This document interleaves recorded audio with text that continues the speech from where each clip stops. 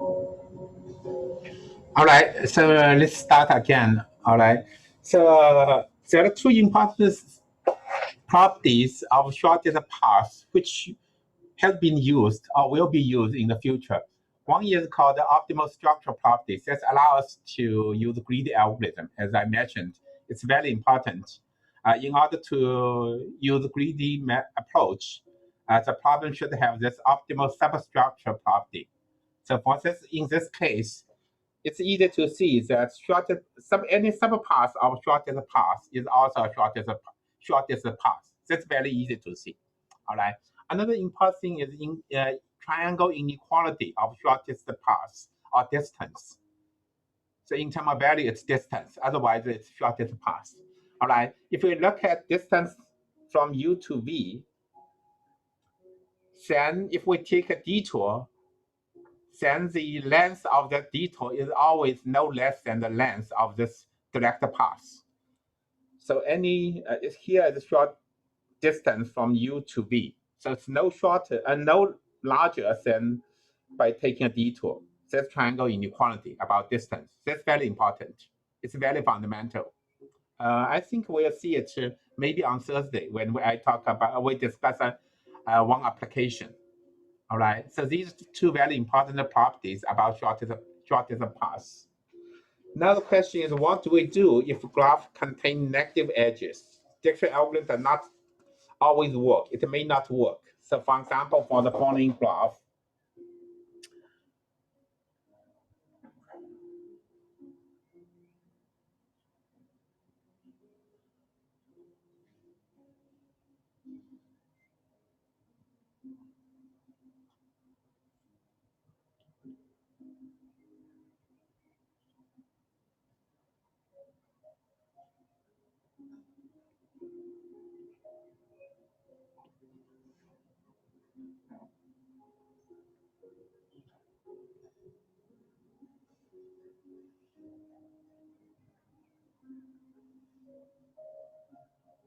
so there are two negative edges. So how do we compute distance? So suppose this is vertex S, this is source S. All right. What should we do? How can we compute distance when graph contain negative edges? But the problem with negative edges, actually, if we want if we want to require distance to have a finite number, then it causes a problem because the distance may be infinity. So it's possible the distance between two vertices can be minus infinity. So from this vertex, maybe to this vertex. So from A to B. When there are negative edges, actually a distance can be minus infinity because we can have this situation maybe. Okay. So if one here, one here is minus two, say one. So we can explore this loop, this cycle here, keep on going through it. So distance is getting shorter and shorter. All right. So in other words, you can say that distance may not be well defined when we have negative edges. Of course, if we want the path to be always a simple path, a simple path. So here, if we can repeat these two edges many times, actually it's not a path, it's called a walk, right? So that's one thing, one way to say that it's bad because the distance can be negative. So distance can be minus infinity. Another way is actually you may say, okay, because this one is not really a path, it's a walk if we repeat edges and vertices. But how about we insist that we're really looking for shortest path? Then even for this situation, if we're really looking for shortest path, then actually it's well defined because shortest path from A to B is this one. Its shortest path is this one. Its shortest path. We cannot use this loop because if we want path to be simple, so in this case, it actually is well defined. Shortest path from A to C. So if this vertex C is also well defined, it's this one. right? So -2 actually, this particular edge will not affect it if we want path to be simple path. So how about this? If we insist that a path is a simple path, we want to compute distance in terms of this one. Unfortunately, the problem is extremely difficult when we have negative edges. Even if we want the path to be simple path, the problem becomes, later on we'll see, it's become so-called NP complete or NP hard.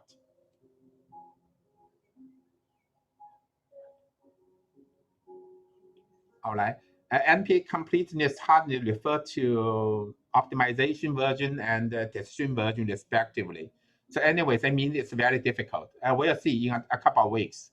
We're dealing with NP completeness and NP hardness. So actually, even we require them to be simple paths, the problem becomes very difficult. It's not polynomial time solvable. All right, when we have negative weight, and we want it to be simple paths. All right. So, however, if we do not really need to be simple path, really distance, we can repeat it. Then the problem can be solved by using so-called Bellman-Ford algorithm. So now we are going to discuss Bellman-Ford algorithm.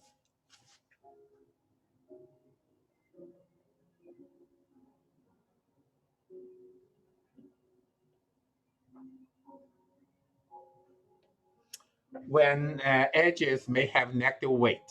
So that's dealing with general weighted digraph. So Bellman-Ford algorithm works for general weighted digraphs. So edge weights is integer. No need to be part of non-negative integers. All right, but it's important, it only works for digraphs. It does not work for undirected graphs. Bellman-Ford algorithm actually does not work for undirected graphs. You may say that we can transform an undirected graph into a direct digraph. A real number also work for Dixit algorithm, but there are subtlety for dealing with the real number computation. So real number, if you think it's a finite number, then same as integers. Does not matter. Okay. Otherwise, there's subtlety about real number computation. It works. All right. Okay. Now, typically, we can transform an undirected graph into a directed graph.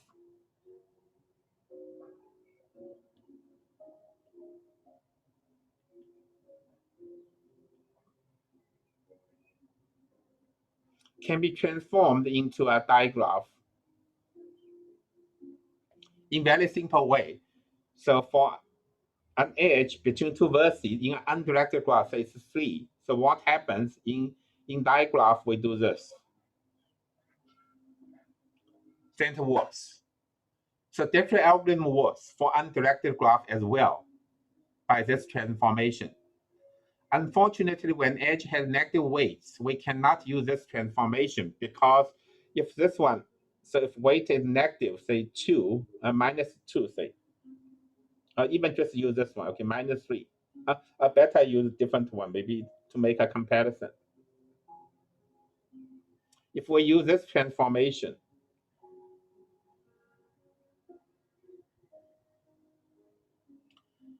the problem is this one may create negative cycles somewhere.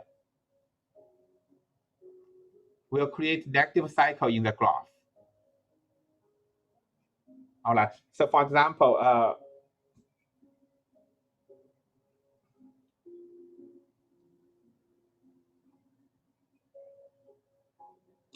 negative cycle. Let's see.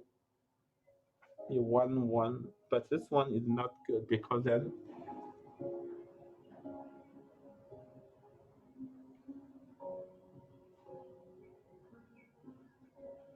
the original graph also has negative cycle. I don't have very good example now. Anyway, it does not work. This transformation does not work. We cannot just simply transform it in this way. I think about an example, but I don't have it in my mind right now. A good example. by doing this transformation anyway, it does not work. All right. Yeah, a trivial example, if it's a tree, so it's funny. If it's a tree structure, originally, if this one had no cycle, but this one will not. I really don't have one right now and on my head. If a tree, even if a tree is not. I give you one later. Okay, I don't cannot recall a good example for this transformation. But anyway, it does not work. So we can solve it by but we need to use a more complicated technique called the matching technique. I may discuss it next year when I teach elite class of 3160. I will discuss the algorithm when we deal with negative weight edge for undirected graph.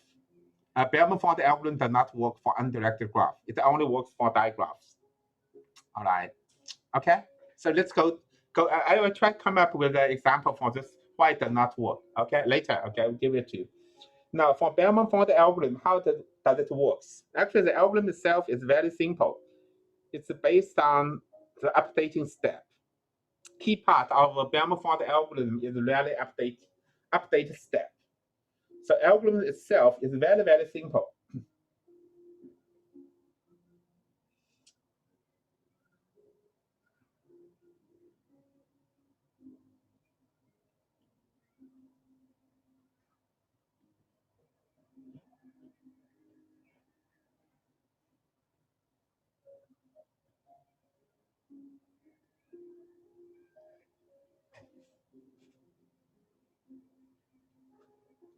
So it's actually only one step in the main loop. Sorry.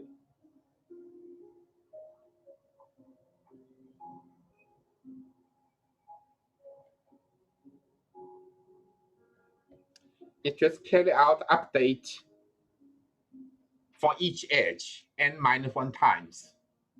All right. So update step is the following. We discussed earlier for Dijkstra algorithm. So here's update. How do we update an edge?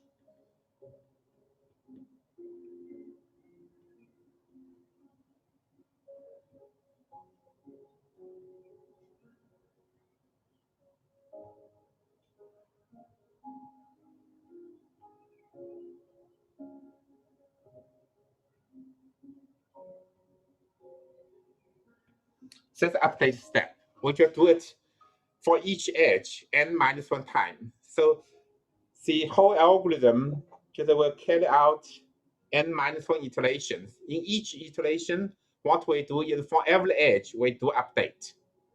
That's Bellman-Ford algorithm. So it's very, very simple. Of course, the time is m times n. It's quite obvious, m times n, because n iteration, each time we need to do it for each edge. So total time is order m of n. All right. So that's the Bellman-Ford algorithm. So let's go back to the previous example to see how it works. So run the example here. Okay, here. Okay. So let me erase this part. So in each iteration, we process each edge. The ordering does not matter which edge we process. Okay. So suppose we process edge in the following order. Actually, it does not matter at all. So if we do it A, B, A, C, B, C, B, D, D, B, D, C, E, D, B, E. Suppose we process edge in this order. Actually, each iteration you can use different order, does not matter. But what is important in each process, we process each edge once. All right. So initially, what happens is maybe it's just called the delta. Set bound is called delta. Okay. So delta, we have A, B, C, D, E. So initially, 0, infinity, infinity, infinity, infinity. Initially. All right. In the first iteration, what happens is we process edge in this order. So let's mark it. Okay. So AB, sorry, no, that's not AB. So we start with AB. All right. So when we do AB, delta value of B will be set to be -1. Other than not change. Then we process AC. So that will change delta C to be 4. Then we do BC. Once we do BC, then the delta value of C will be reduced from 4 to 2. Because -1, 3 is 2. All right. Then we process, so C3 has been processed. Now we process BD. BD is this edge. So that will set delta value D to 1. Then DB will not change delta value of B because -1 here already. Okay, then DC, it's 6. So DC goes this way, it's 6. Does not change delta value of C. Then ED, because this one is infinity, so does not change anything. Okay, ED. Then BE will change value of E, delta value of E to 1. So after first BE, sorry, this one is erased. BE. So after first iteration of the for loop, so the delta value of these 5 vertices will be changed to 0, B is -1, C is 2, D is 1, and E is 1. That's what we get after first iteration. Now for second iteration, we do same thing. So suppose we follow the same order to process edges. All right. So let me clean things up a little bit. Here too. Okay. Okay. So let's. I have to erase this. Oh, fine. The edge is gone. Add the edge later. Okay. Oh.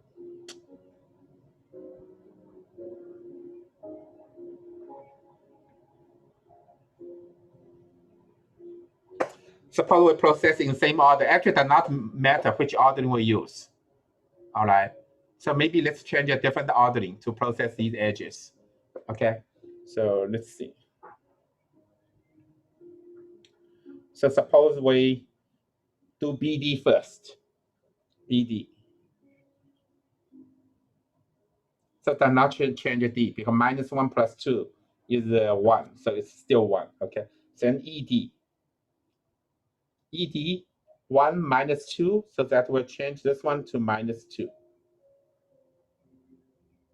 So D value is changed from 1 to -2 when we process ED. Sorry.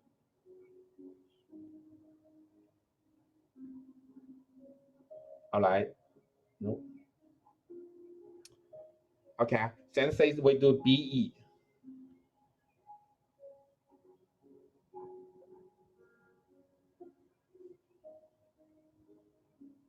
So it does not change it. -1 plus 2 is still 1. All right. So then if we do AB, does not change, still -1. So maybe AC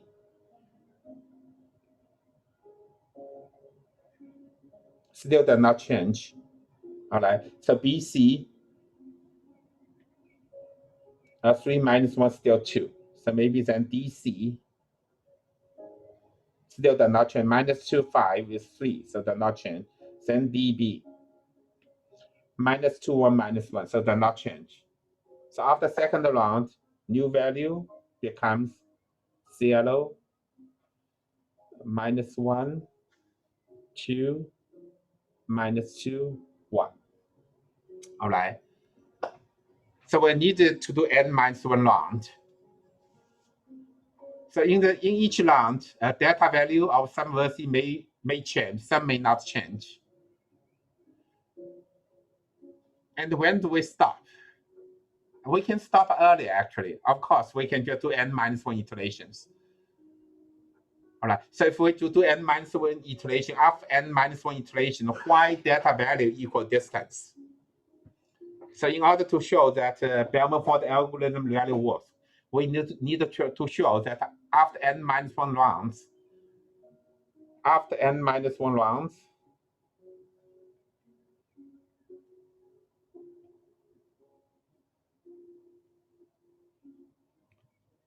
delta V equal dV.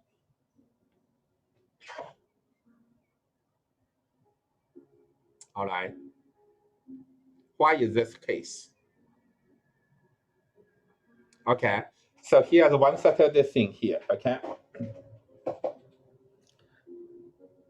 Okay.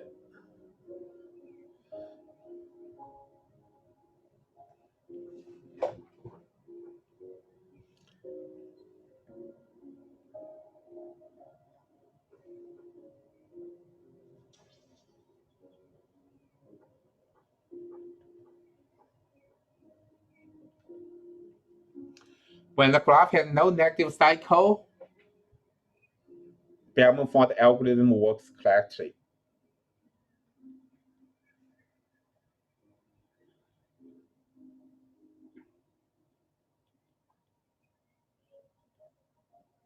Of course, when it has a negative cycle, it does not work because distance may not be well defined.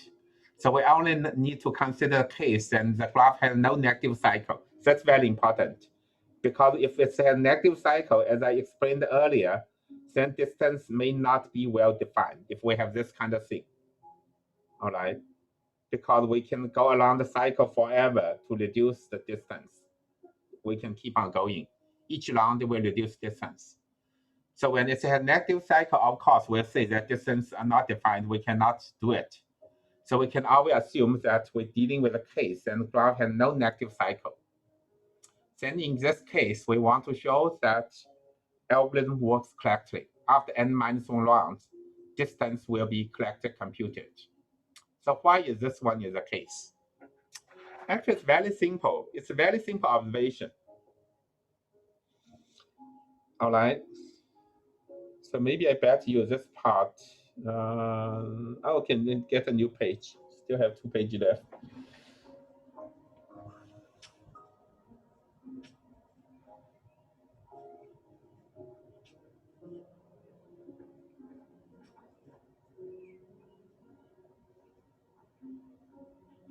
So consider shortest path to any vertex. All right. So how many number of edges? What's the number of edges involved in the path when there are no negative cycle? Total number of edges, n-1. All right. Now after one round, so suppose label V1, V2, V3, V4, and so on. After first round, what we have? Delta V1 equals distance S to V1. This vertex distance is computed correctly after one round because we would have updated this edge. So once we update this edge, once we execute update SV1, then the distance of this one will be set correctly. So after first iteration of for loop, distance of this one is computed. Now similarly, after second round, once we update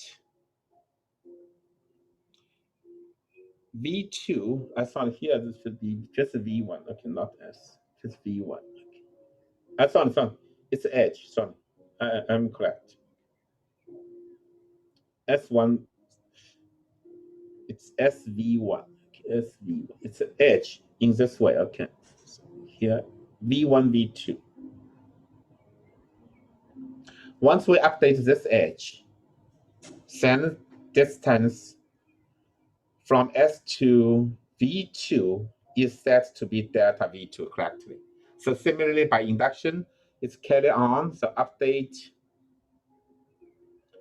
V2, V3, update. Once we've done this one, then this one has been set correctly.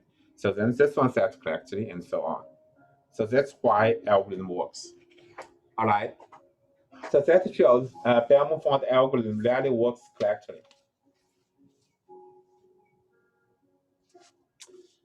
All right. Okay. So it's clear. One question is how can we tell whether a graph contains a negative cycle? How to determine if a graph contains a negative cycle?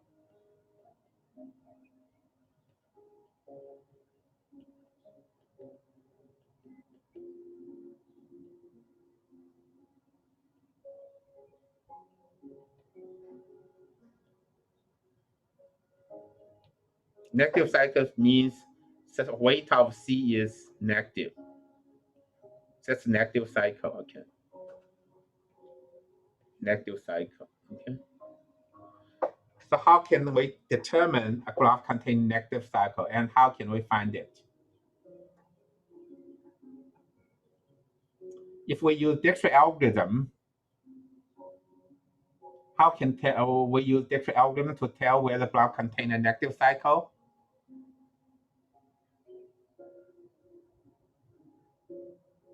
One more iteration. After we finish, we run one more iteration.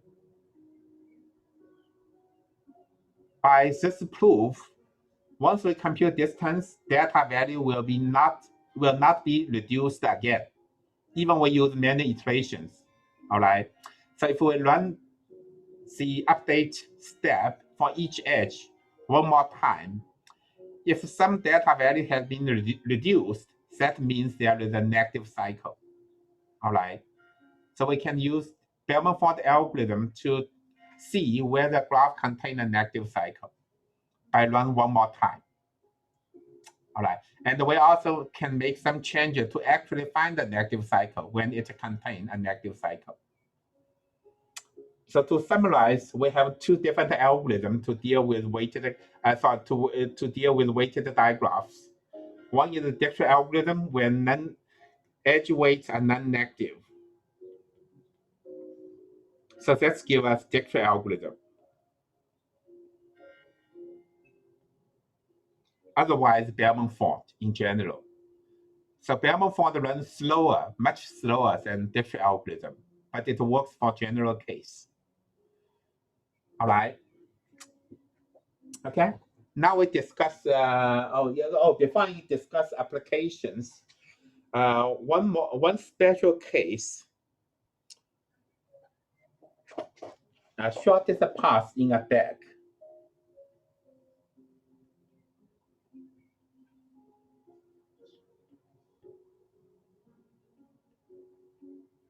If weighted graph is a direct acyclic graph, so if we can order vertices from left to right in this way, all edge goes from left to right. So that's a deck.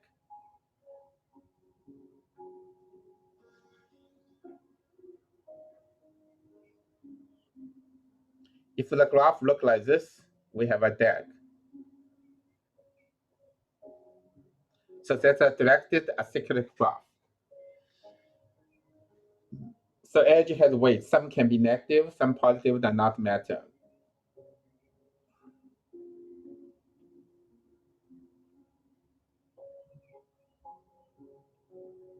Okay. So how can we compute shortest path? So from source, say this S to sink T. It's a single source from S to every other vertex, every other vertex for deck. So in this case, even when edge has negative weight, an easy way is to use Bellman-Ford once.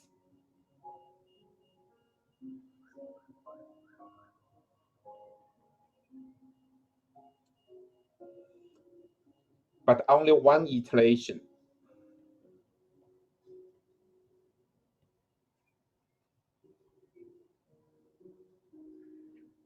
Now, one iteration will process edges in a particular order from left to right.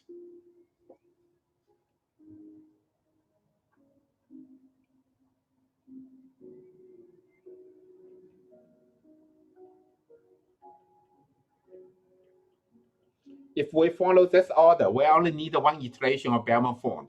So time will be linear time instead of mn. So it's just reduced time from Mn in general, from Bellman-Ford to linear time. So that's linear time for DAG. It's much faster. All right, so what happens is we process edges from left to right for the topological ordering of vertices. So we relax edges, so these edges first, then these edges, then these three edges, then these two, that's it. So I only need one pass. It's much quicker. Okay? So Bellman-Ford algorithm is quite useful. So for DAG, it's especially useful. We can use this idea to find compute distance and shortest path from S to all other vertices in a DAG in linear time. It's much faster. But in practice, many applications it may just be a DAG.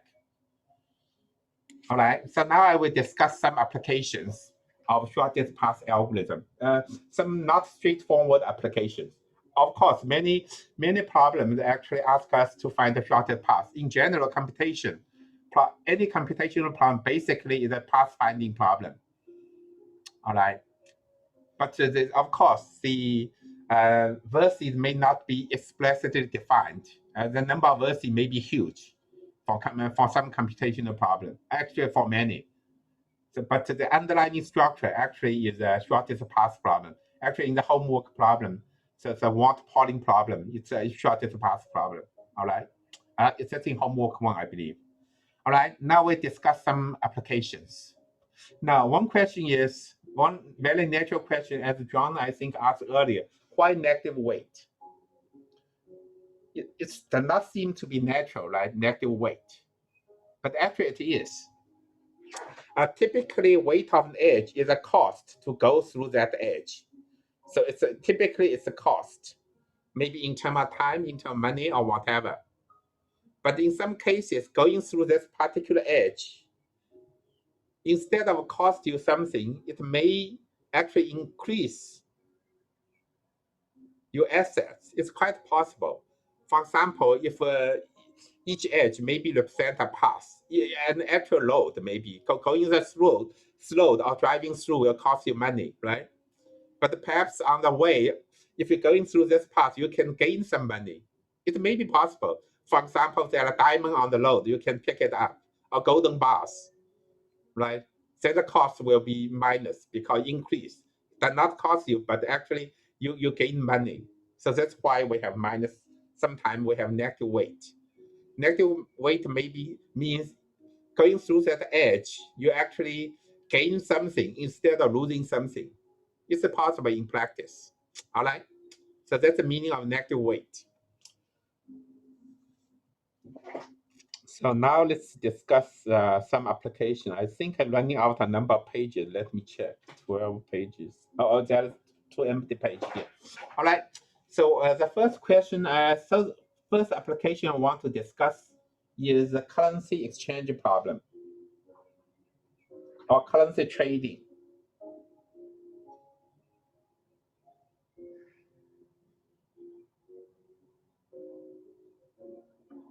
Or trading, okay. In a big picture, is called the currency trading. Currency exchange, like you want to just travel around. If you want to travel abroad, you change some currencies. Currency trading, maybe you want to use currency trading to maybe to make profit. All right, that's more general, a big picture. So the objective is you want to change currency C1 into another currency C2 maybe. All right. So if you have $1 million, maybe think big. Okay, so 1 million. You want to change. If small amount does not matter, okay, then it costs a little bit. If you are trying to 1 million from currency C1 to currency C2, and you want to maximize your amount of currency C2. So change C1 into C2.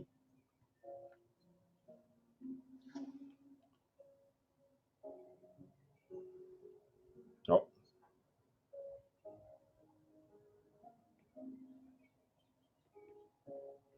Of course, objective is to maximize the amount of C2.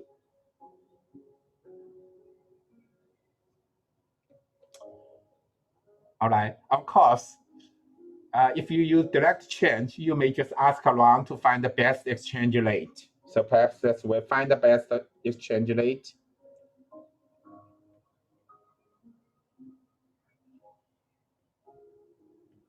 So you maybe check several banks' web page, find out the best change rate, and go to that bank, just change it. Perhaps we can do it in this way, just direct change. But sometimes it may be better, instead of direct change, you go through several currencies as middlemen, then changing to C2. It may be better to do it in this way, which may be possible because in practice, what you usually see is the following. Let me show you one picture. Okay, let me share screen in this one. Yes.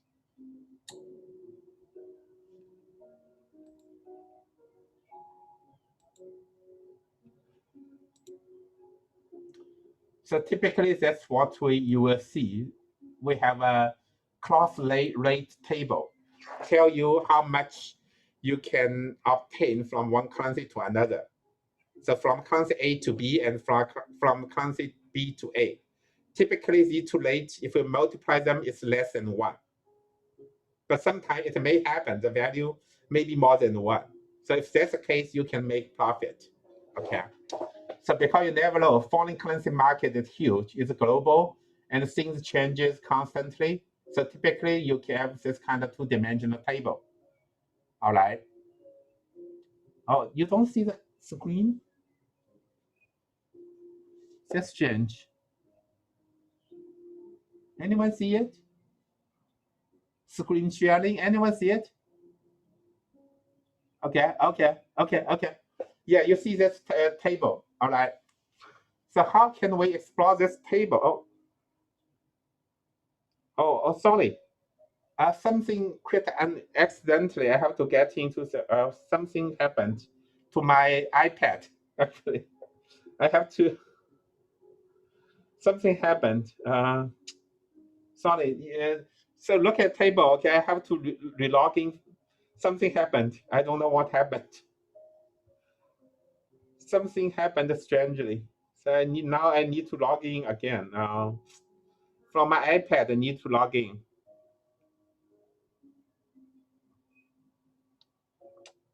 Sorry, I don't know what happened.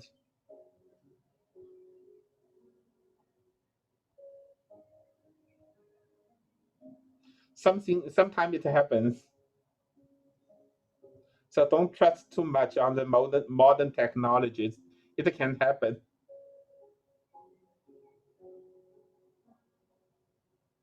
Or may even crash sometimes.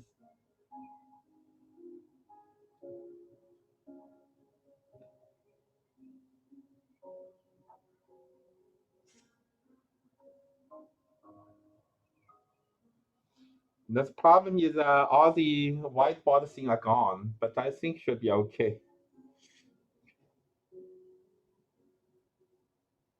All right, let's see if it works now. Sure.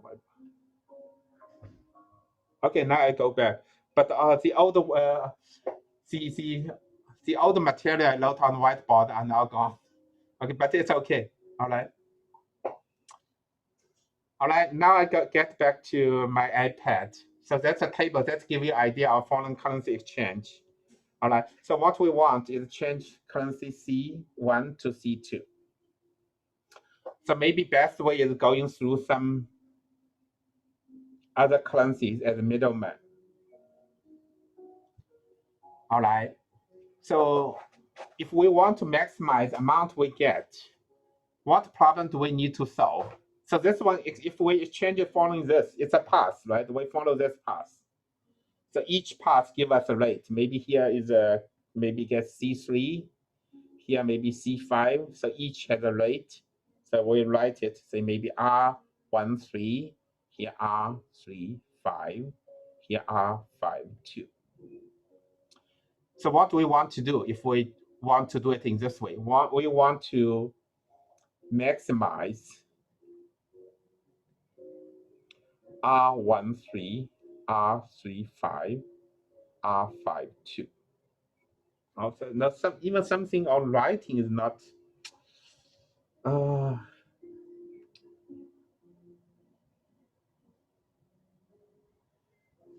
so what we want to do, if we want to do this, so from currency CI to CJ in general, so we look for a path, CI, CJ path.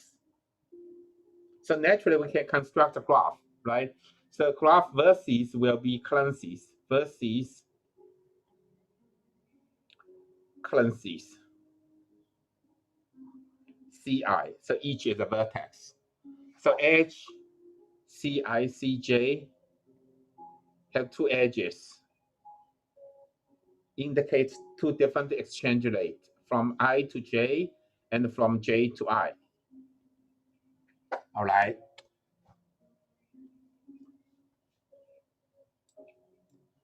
Okay. So what we do is for this path,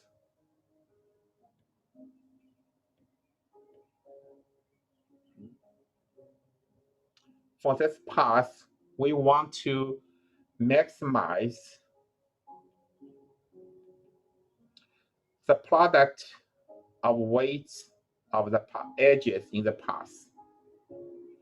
E belong to the path edges. So that's the problem we need to solve. So in order for the foreign currency to solve this foreign currency problem, if you want to optimize, if you want to get the best deals, that's what we needed to do. So we needed to find a path to maximize the product of edge weights. All right. So how does this one related to our shortest path problem? This certainly is not shortest path problem.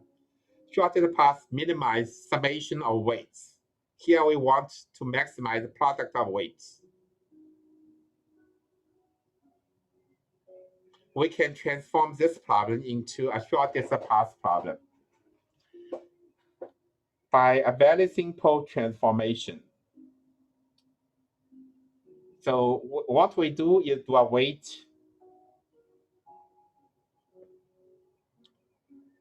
The weight will be changed. So old weight, original weight is weight E. Now we consider new weight. So new weight. That's new weight. What we do is set new weight to be maximization become minimization. So positive become negative. Product becomes summation. So value will be log weight of E. Base does not matter. You can take 10 or 2, does not matter. All right. So we change the weight from WE to minus log WE. Then the problem becomes minimization problem and the shortest path problem. Then the problem becomes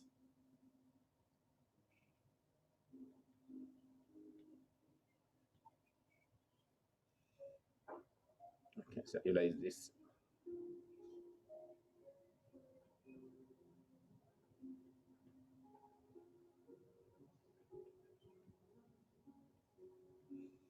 So that's exactly shortest path problem. So what we need to do is to solve shortest path problem for this weighted digraph where edges have negative weights. All edges, actually, in this case, all edges have negative weights. All right. So that's one application of shortest path to the currency exchange problem or currency trading problem. Now, this one suggests if a graph contains a negative cycle, if the graph we obtain, the graph is a complete graph. Actually, if for 3 currencies, graph will look like this. It's a complete digraph. So this idea actually tells us if this graph, so let's call this graph G, if G has negative cycle,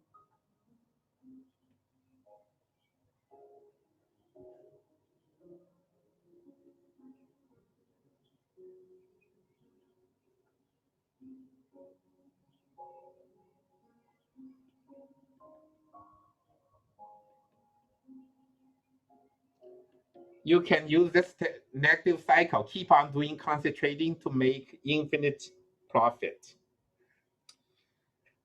So here will be a usefulness of this course. So you can, after class, you can try to find the negative cycle from this table, currency exchange rate table. If you find the negative cycle, you borrow $1 million from bank and do trading, and at the end of the day, you will be very, very rich. In the new graph, of course, in the new weight after transformation. Original graph, every weight is positive.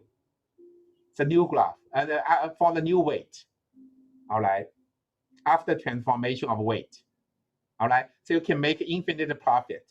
So that's what we can offer to you. This course can offer to you. So you can try to find negative cycle by Belmont algorithm. Once you find it, you can make profit. Warning is, in practice, it's almost impossible, even if there are a negative cycle.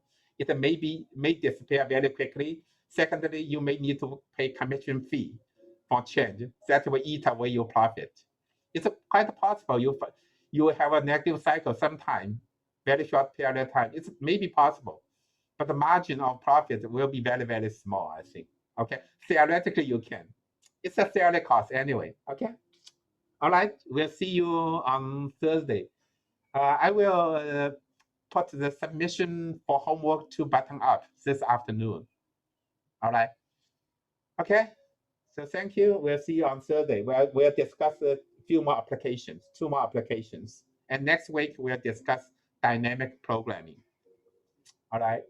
Okay. That's it. Bye-bye.